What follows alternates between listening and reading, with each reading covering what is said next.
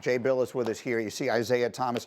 I spoke to Isaiah last night, and just as an indication of the way his former players, almost to a man, felt about him. I mean, moved basically beyond the point that he could come on this morning and talk about it. Let's start there with what Bob Knight meant, in your view, to the players who played for him over the course of decades. Well, they revered him, from his players at Army who were close to his age when he coached at Army to Indiana, to Texas Tech. They revered him.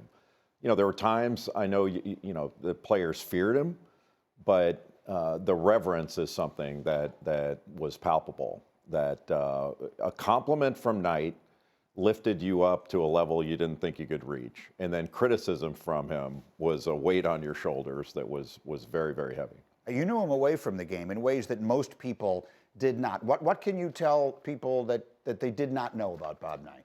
We played a lot of golf together. We actually went on several golf trips over the years, and I spent a lot of time with him especially when he was at Texas Tech before he came with ESPN, and then spent a ton of time with him when we were working together. He was a great companion, incredibly intelligent, very well read, was always reading a book, very few of them, if any, about basketball. It was always about something else. And he led a really balanced life. He did his work in basketball, studied film, prepared, practice, you name it. But when that was done, he knew he was done, and he would go hunting or fishing, go hit golf balls for a while, things like that. He was just as likely after a game, win or lose, the next morning, to be hunting or fishing.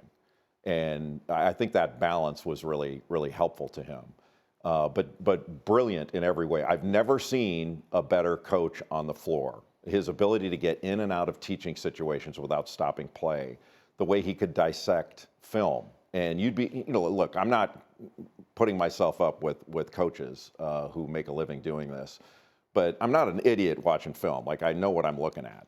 And you could sit and watch film with him, and he would point something out subtly in the film, and you would go, how did I miss that? It was so, he could dissect it. It was really, truly amazing. Oh, you were telling me before the show, he could do that with football games and baseball games. Yeah, you'd watch a football game with him, and he would point something out that happened in football that I think he could hang with anyone on the football side.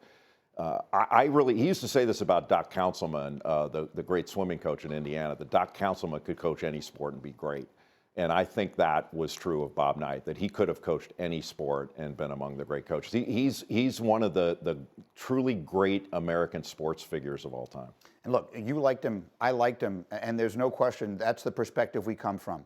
I thought that the obituary we just ran did a good job of showing that he was a complicated person, and certainly there was legitimate criticism to be had of some of the things he did. So now that he's gone, what is the right way to remember him? What is the right way for the public to remember Bob Knight? I think you have to look at it in the totality.